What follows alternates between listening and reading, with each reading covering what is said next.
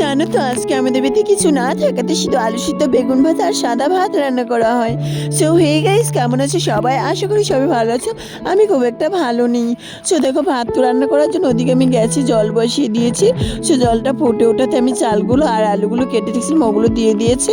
So এগুলো সেদ্ধ দেবো। সো দেখো, এখানে বেগুনগুলো কেটে নিচ্ছি, বেগুনগুলো ভাজা করে 2 পিস বেগুন কেটে নিয়েছি।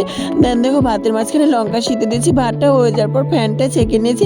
দেন বেগুনে নুন হলুদ মাখিয়ে নিয়েছি। প্যান গরম করে দেখো বেগুনগুলো ভেজে নিচ্ছি। এখানে আমি লাল লাল করে বেগুন ভেজে নেওয়ার পর এখানে আমি পেঁয়াজ দিয়ে দিয়েছি সাইড দিয়ে, যেহেতু আমি আলু সিদ্ধ করব, এগুলো দিয়ে আলু মাখাটা করব। তো দেখো, এগুলো বেগুন ভাজা তুলে নিয়েছি, এগুলো ভালো করে ভেজে নিয়েছি। সো আমার ভাতটা হওয়ার পর এখানে আলুগুলো বের করে নিচ্ছি। সো এর আগের ভিডিওতে যারা কমেন্ট করছে তাদের নাম নিচ্ছি। এর আগের ভিডিওতে কমেন্ট করছে সিমি, হ্যালো সিমি, তারপর কমেন্ট করছিল সারা, হ্যালো সারা, তারপর কমেন্ট করছিল মৌমিতা অধিকারী, হ্যালো মৌমিতা। তো সবাইকে অসংখ্য ধন্যবাদ কমেন্ট করার জন্য।